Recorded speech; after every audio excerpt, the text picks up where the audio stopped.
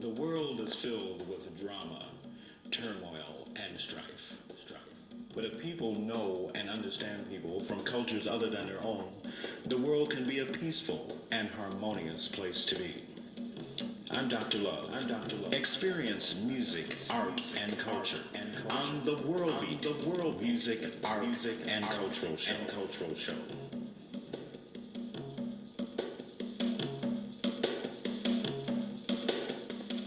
I'm Dr. Love.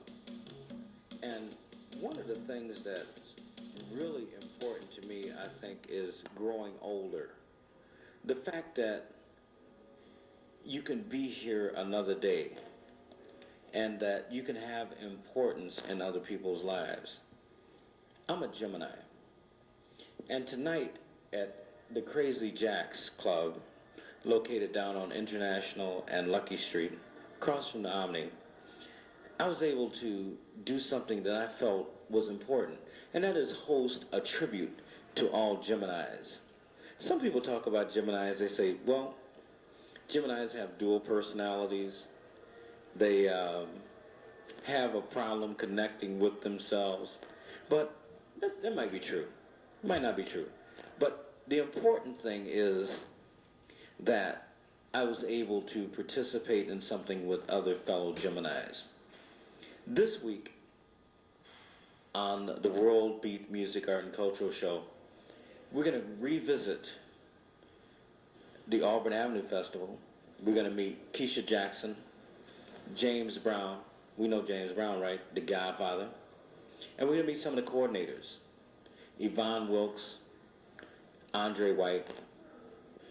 And we're going to meet some of the gospel folks.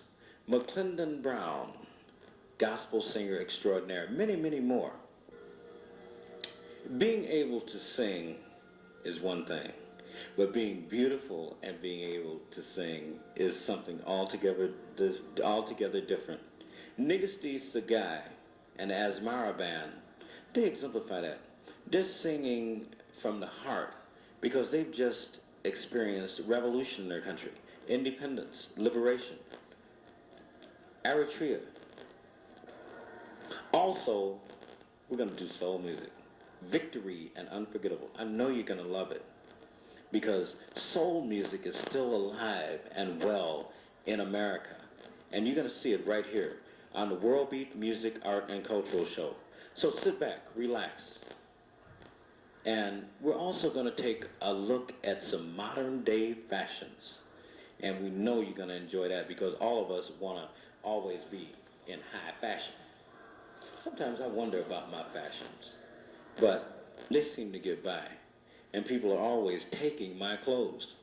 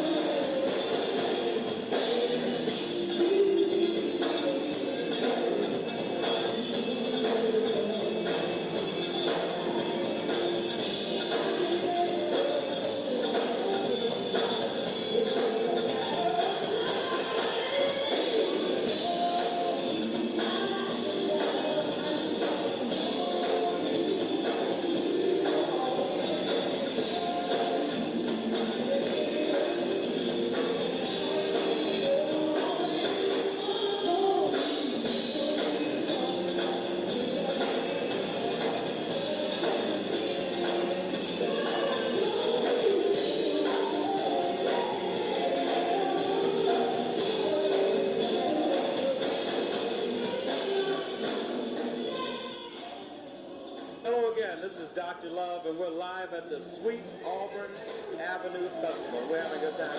I've got Keisha Jackson with me. Hey, how you doing? Hey, we're having a great time out here. It's big fun. And your band is the Project Band, right? Project 1990 is the name of the band. They were jamming. And who are these folks over here? Kevin Bryant. Myra Sowell. And they're like your shopper girl. No, shopper. But Yeah, two backgrounds. And y'all look good on stage. Thank you. And y'all really, I like some of the innovation that you do on some of the popular tunes, and everything sounds really great. What's your future looking like? Right now I'm shopping for another deal. I'm still with Sony, but I'm shopping for another company. And right now I'm just in the studio, just working on demos and stuff like that, shopping for material. I used to work with your mother, and we used to do these things they would call the Juneteenth, where we watermelon. I remember. It'd be dusty. Big time, big There time. was a lot of blues people there on those shows also. Yeah, we've been doing that since I was about 16, 17. Ooh, Yeah. ooh. How long have you guys been with the group? It's been about a year now. Are you guys traveling a lot? Yeah, we're getting ready to go on tour with my mother. My mother has a play called Young Man, Older Woman.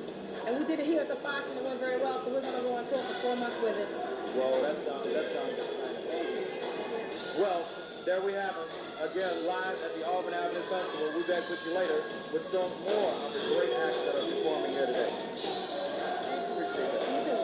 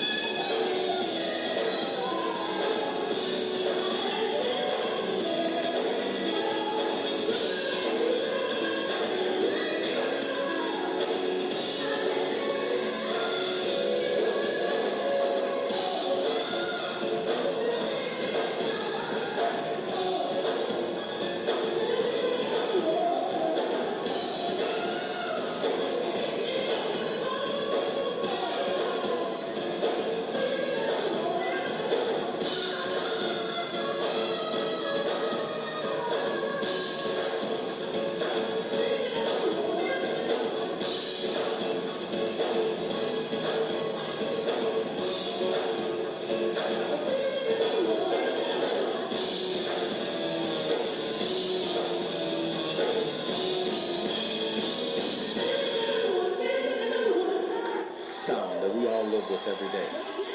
Sometimes we like to call it oldies, soul, but we're going to take a look at a group that's called Victory and Unforgettable. And they're fantastic, they're local, and you can check them out right now, live, on the World Beat Music, Art, and Cultural Show. So sit back, relax, and enjoy those soulful sounds. And hey, you won't forget it. Have a good man. Oh, you know, you see, God has blessed us with a love affair that's so strong. So strong. Yeah. Never gonna let you go. Never gonna let you go. Never gonna let you go. Because I love you so.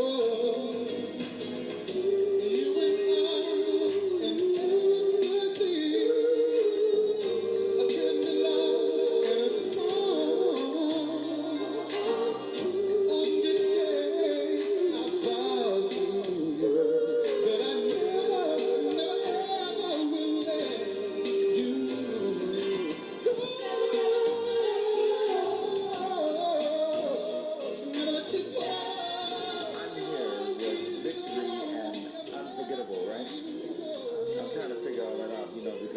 they were a Victory on stage, I was like impressed.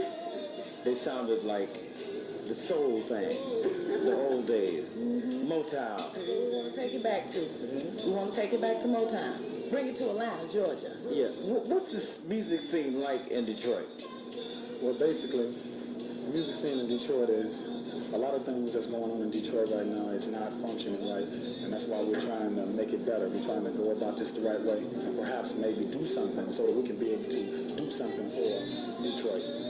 Okay, now let me get everybody's names. I'm just gonna go around here and we'll get everybody's names and everything. And your name? Charlotte Aurburn. Yolanda Williams. Victory Tutson. Okay, now Victor, you seem to be the lead singer, but there seems to be some other stuff going on, like with the singing girls and everything. You know, like, so what's the deal? Well, of course I am the lead singer, but we all have our times to lead. You know, my girls, they're real good.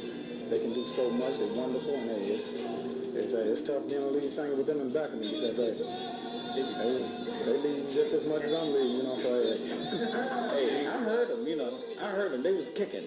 Thank you. So is this what we have to look forward to from Detroit? The Detroit sound. You know, they got the Miami sound, the Texas sound, and what's the Detroit sound? Well, the Detroit sound is genuine singing, strong from the heart. So it's something that people are looking for again, and it's coming back. And it's here, right here, with Victory and Unforgettable. Where'd you get a name like Victory and Unforgettable? Well, it was something that we thought about. Victory, that's from his mom, and she couldn't have come up with a better name. And Unforgettable, I feel like we're just, Victory, he decided, well, you girls are unforgettable, so we decided to keep that. Well, I loved it, and plus you wear my favorite color. I love it, you know, like, and so, like, we want to thank y'all, and I'm happy to have y'all in Atlanta. Thank you. We're happy to be here. And you will be seeing us again soon. Very soon.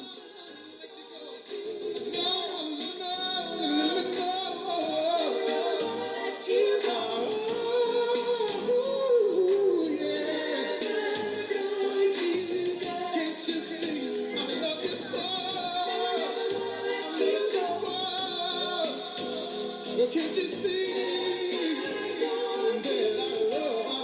I love you so?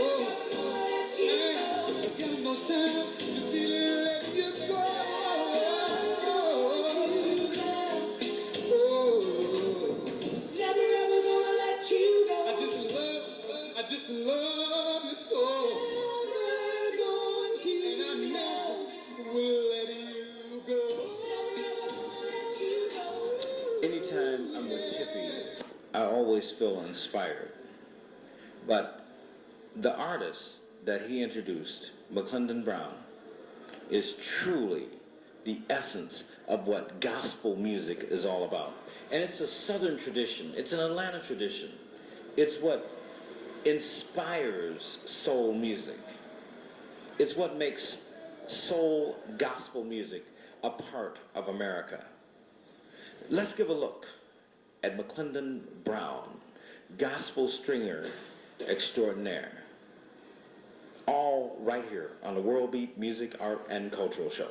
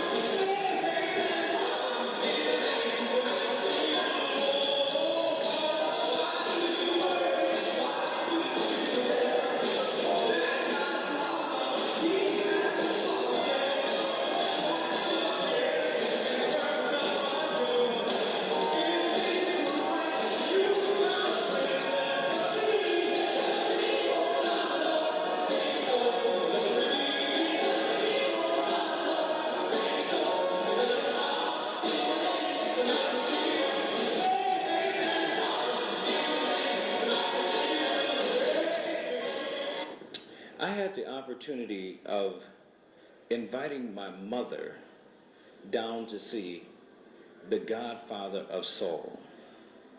One of the things that she said to me was,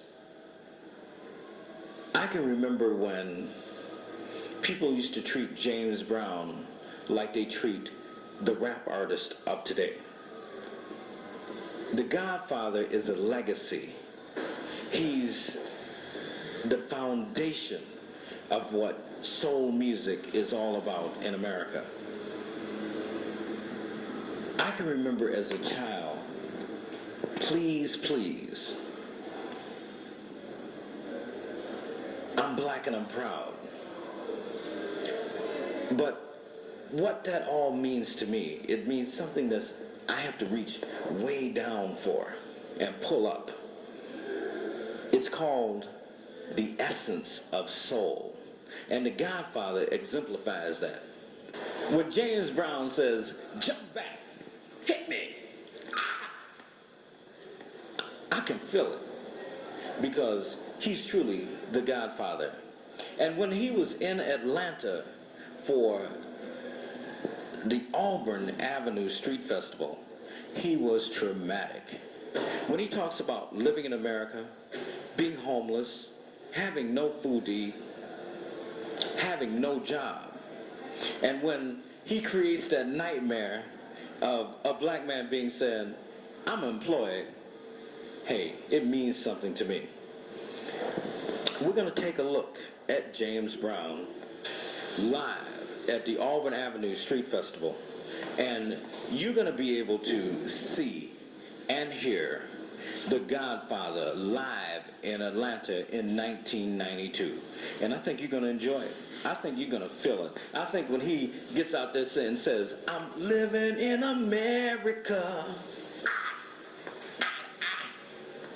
get no reaction, I think you understand what Dr. Love's talking about when he says that the Godfather of Soul is alive and well and in Atlanta and on Aurburn Avenue, the historic Aurburn Avenue. I think this is what number is this? This is number 13 for the Sweet Aurburn Avenue Festival. It started in 1979. With me is Yvonne Wilkes, and she's the festival coordinator.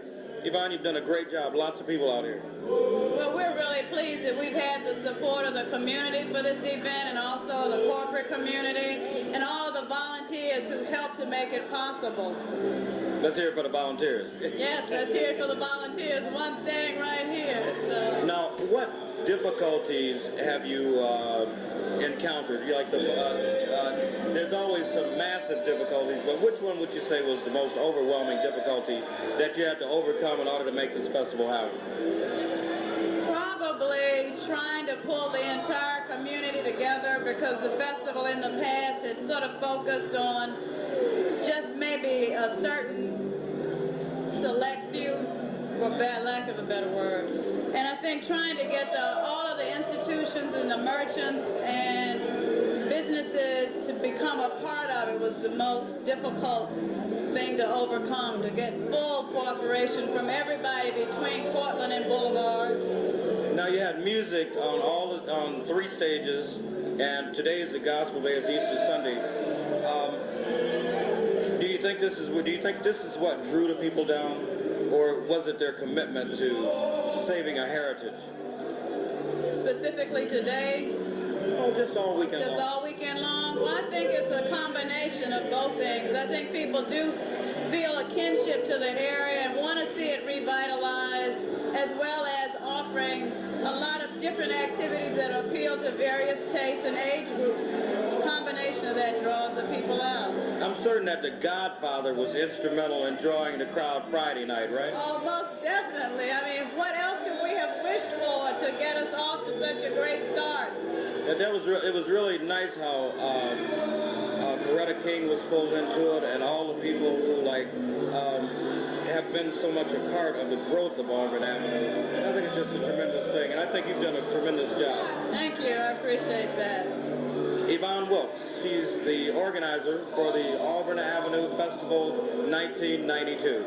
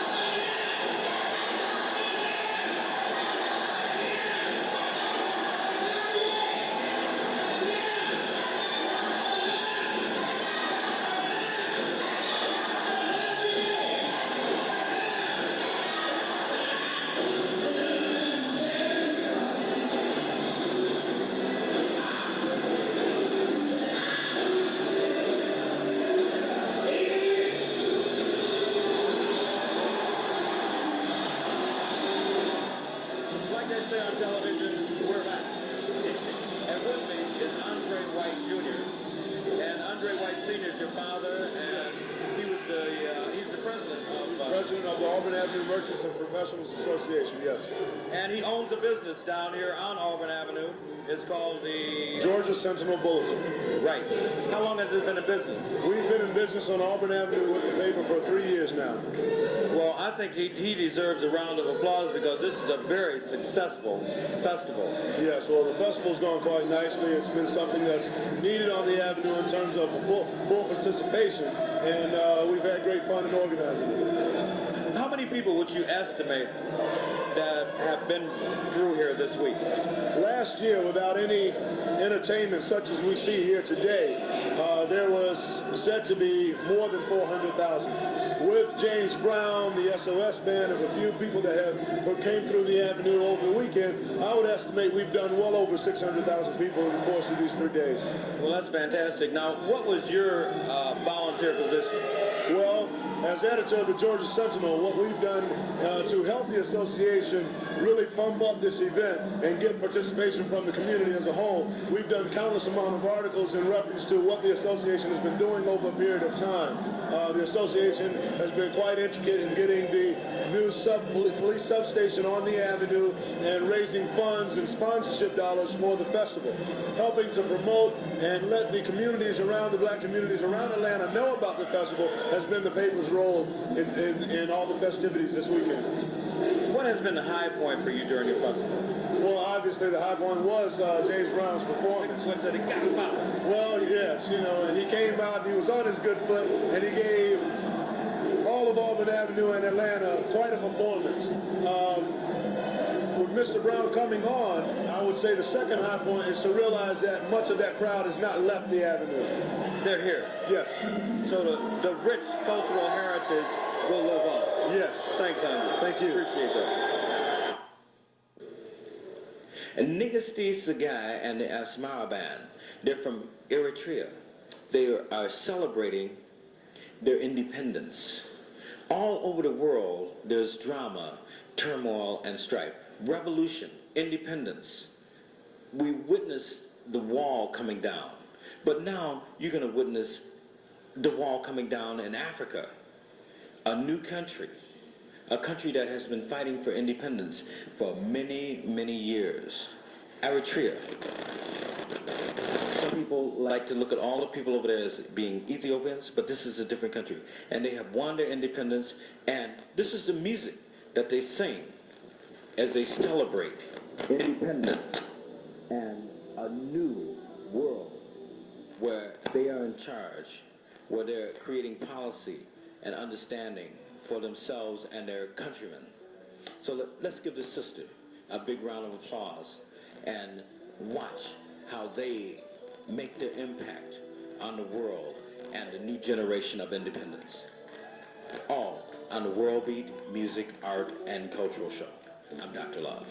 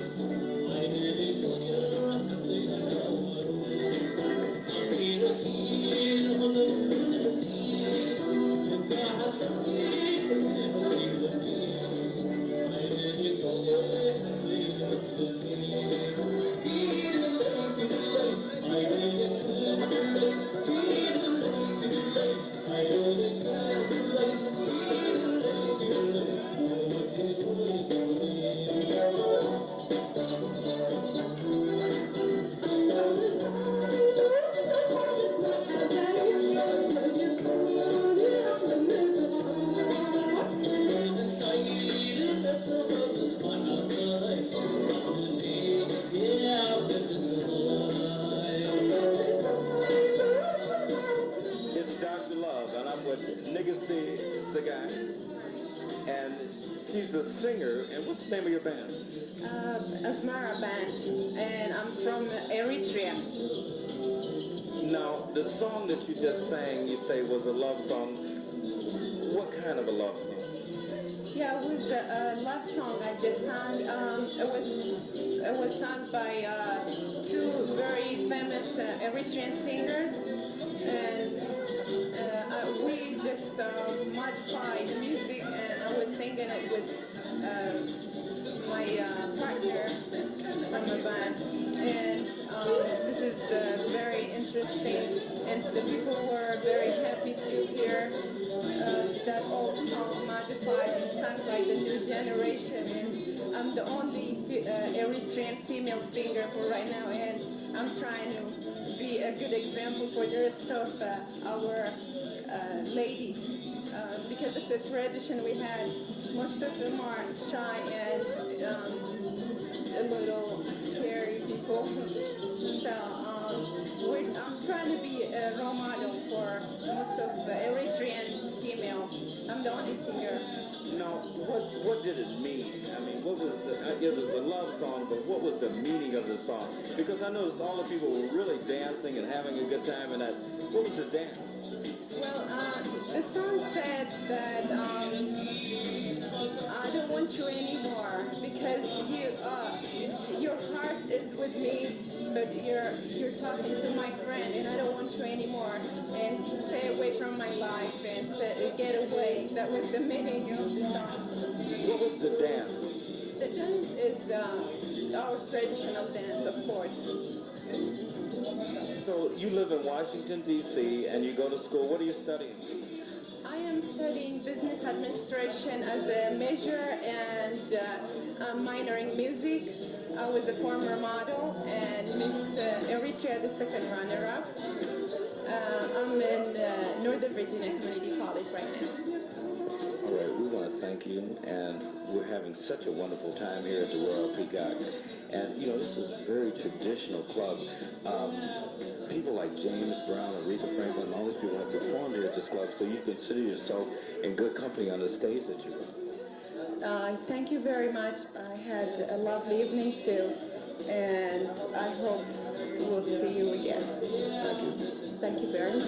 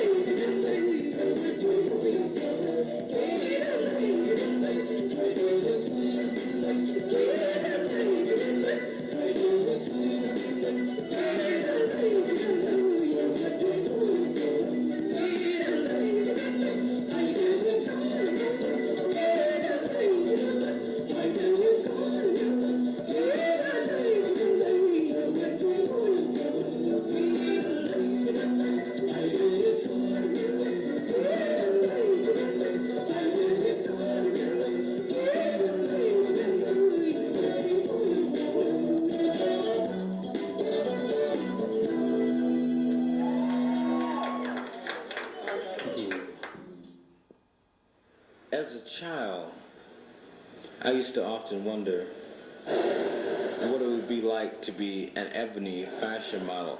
Because as you know, ebony fashion models are both male and female. Something strange is happening in Atlanta. Atlanta is a mecca